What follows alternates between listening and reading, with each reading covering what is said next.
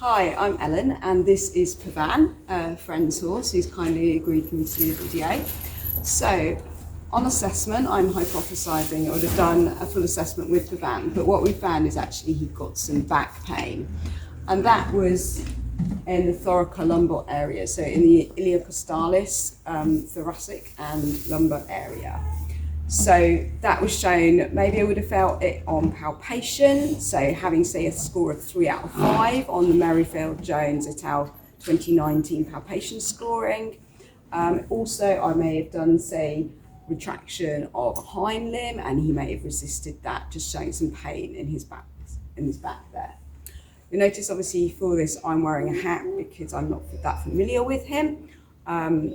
He's also just loosely tied up, and I've got a friend who's filming, and obviously we're outside, so with COVID as well, we're a good 2 meters apart. The reasons I wouldn't actually do this technique would be if you've got actually really severe splinting in that area, because that could be indicative of a fracture. So the technique which I'm actually going to be using, because I found he'd actually got quite severe back pain there, is I'm actually going to do a caudal traction or a tail pull. So Long et al. 2020, they found that what this did was increase the mechanical nociceptive threshold level within the thoracic, lumbar and pelvic regions. And this was all above 50%. So it's a really good technique to reduce pain in that area without actually going into the area itself, because then what I could do is to actually go into that area and then use a technique such as trigger pointing once that area is more comfortable for him. So I'm going to go now into the technique. So he's just resting his leg there. Just ask him to stand square. Stand, boy. Good boy. Up. Good boy. And stand. Do that. Okay, so I'm going to come in very close to his hindquarters. Come round. Scratching the top of the tail. This is quite a nice technique because it's communication and caring to the horse. And then coming right under close to the dock. In the line of the spine, I'm then going to apply the traction.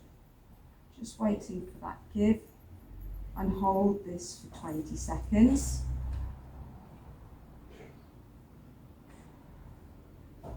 Then what I would do is do a release over 10 seconds and then a rest over 10 seconds. And do that 3 times. Now in the paper they do say use a force of 4.5 kilograms. Now I'm just going to release there. Good boy. Just going to step away for safety.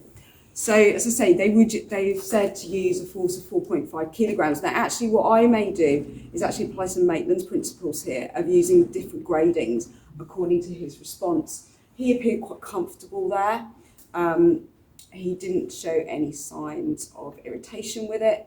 And in order to see the effect of it, what I would do is to go back into the area of the iliocostalis and repalpate, just to see whether that palpation score in the Merrifield-Jones one I mentioned had come down. Going on from there, what is really nice about this technique is in order to maintain that, then I could give the owner that as part of the home exercise program. Thank you.